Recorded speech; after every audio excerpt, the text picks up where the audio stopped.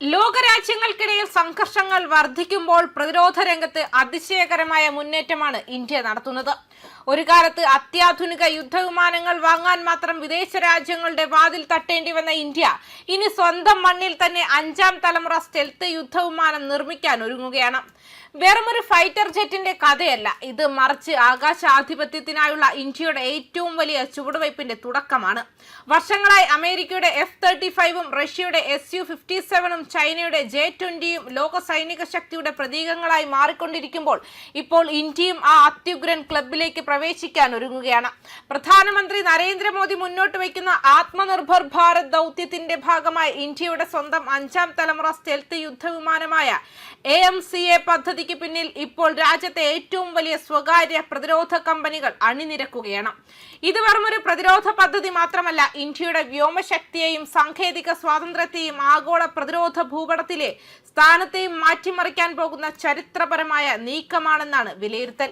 ഇതുവരെ ഇന്ത്യയിലെ യുദ്ധവിമാന നിർമ്മാണ രംഗം പ്രധാനമായും ഹിന്ദുസ്ഥാൻ എയറോനോട്ടിക്സ് ലിമിറ്റഡ് എന്ന പൊതുമേഖലാ സ്ഥാപനത്തെ ചുറ്റിപ്പറ്റിയായിരുന്നു മുന്നേറിയത്.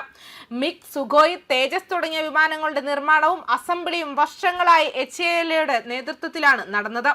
എന്നാൽ ഇപ്പോൾ ആദ്യമായി സ്വകാര്യ മേഖലയിലെ വലിയ വ്യവസായ ഗ്രൂപ്പുകൾക്കും യുദ്ധവിമാന നിർമ്മാണത്തിന്റെ കേന്ദ്ര ഭാഗത്തേക്ക് കടന്നു വരാനുള്ള അവസരമാണ് സർക്കാർ ഒരുക്കുന്നത്. ഇത് വെറുമൊരു വ്യവസായ തീരുമാനം മാത്രമല്ല, ഇന്ത്യയുടെ പ്രതിരോധ വ്യവസ്ഥയുടെ ഘടന തന്നെ മാറ്റിമറിക്കാൻ സാധ്യതയുള്ള നീക്കമാണിത്. റിപ്പോർട്ടുകൾ പ്രകാരം Larsen Toubro, Bharat electronics limited, data advance system limited, Bharat forge, BEML തുടങ്ങിയ വമ്പൻ കമ്പനികളാണ് ഈ പദ്ധതിക്കായി ഷോർട്ട് ലിസ്റ്റ് ചെയ്യപ്പെട്ടിരിക്കുന്നത്. ഇന്ത്യയുടെ വ്യാവസായിക ശക്തിയും സാങ്കേതിക കഴിവുകളും ഒരുമിച്ച് കൊണ്ടുവരുന്ന ഒരു ദേശീയ പ്രതിരോധ ശൃംഖലയായി ഈ പദ്ധതി മാറുമെന്ന പ്രതീക്ഷയാണ് ഇപ്പോൾ ശക്തമാകുന്നത്. AMCA പദ്ധതി ഇന്ത്യക്ക് അതീവ നിർണായകമാണ്. കാരണം ഇതൊരു സാധാരണ യുദ്ധവിമാന പദ്ധതി മാത്രമല്ല, അമേരിക്കയുടെ F-35, റഷ്യയുടെ Su-57, ചൈനയുടെ J-20 പോലുള്ള 5ാം തലമുറ സ്റ്റെൽത്ത് യുദ്ധവിമാനങ്ങളുടെ നിരയിലേക്ക് ഇന്ത്യയെ എത്തിക്കാനുള്ള ദീർഘകാല ദൗത്യമാണ്. റഡാറുകളിൽ എളുപ്പത്തിൽ കണ്ടെത്താനാകാത്ത സ്റ്റെൽത്ത് രൂപകൽപ്പന, അത്യാധുനിക സെൻസറുകൾ, ആർട്ടിഫിഷ്യൽ ഇന്റലിജൻസ് അടിസ്ഥാനമാക്കിയുള്ള യുദ്ധസഹായ സംവിധാനങ്ങൾ, സൂപ്പർ ക്രൂസ് കഴിവ്, നെറ്റ്വർക്ക്, സെൻട്രിക് വാർഫെയർ എന്നിവയൊക്കെയാണ് AMCAയുടെ പ്രധാന സവിശേഷതകളായി കണക്കാക്കപ്പെടുന്നത്. ഇന്ത്യയുടെ സുരക്ഷാ സാഹചര്യങ്ങൾ പരിഗണിക്കുമ്പോൾ ഈ പദ്ധതിയുടെ പ്രാധാന്യം ഇരട്ടിയാകുന്നു. ഒരു ഭാഗത്ത് ചൈന അതിവേഗം തന്റെ വ്യോമസേനയെ നവീകരിക്കുമ്പോൾ മറുഭാഗത്ത് പാകിസ്ഥാനും ചൈനീസ് സാങ്കേതിക വിദ്യയുടെ സഹായത്തോടെ പുതിയ യുദ്ധവിമാന പദ്ധതികളിലേക്ക് കടക്കുകയാണ്.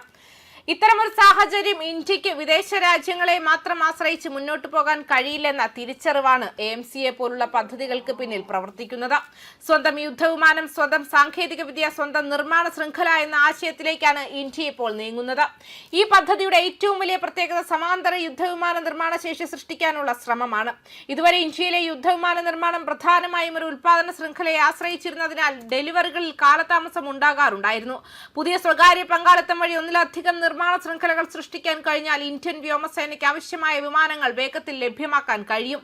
അതോടൊപ്പം ഭാവിയിൽ സ്ക്വാഡ്രൺ ശക്തി വർദ്ധിപ്പിക്കുന്നതും എളുപ്പമാകും. പ്രതിരോധ രംഗത്ത് സ്വകാര്യ മേഖലയെ കൂടുതൽ ഉൾപ്പെടുത്താനുള്ള ഇന്ത്യയുടെ നീക്കം സാമ്പത്തികമായും വലിയ മാറ്റങ്ങൾ സൃഷ്ടിക്കാനിടയുണ്ട്.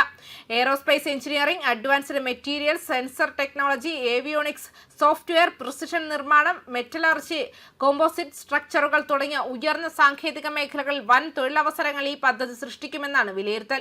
ഒരു യുദ്ധവിമാനം നിർമ്മിക്കുന്നത് വെറും ഒരു ഫാക്ടറിയുടെ ജോലി മാത്രമല്ല, ആയിരക്കണക്കിന് ചെറുകിട ഇടത്തരം കമ്പനികളെയും സാങ്കേതിക സ്ഥാപനങ്ങളെയും ബന്ധിപ്പിക്കുന്ന വലിയ വ്യവസായ ശൃംഖലയാണ് അതിന് പിന്നിൽ പ്രവർത്തിക്കുന്നത്. അതേസമയം പദ്ധതിയുടെ വിജയം ഇന്ത്യയുടെ ദീർഘകാല സാങ്കേതിക സ്വാതന്ത്ര്യത്തെയും നിർണ്ണയിക്കും.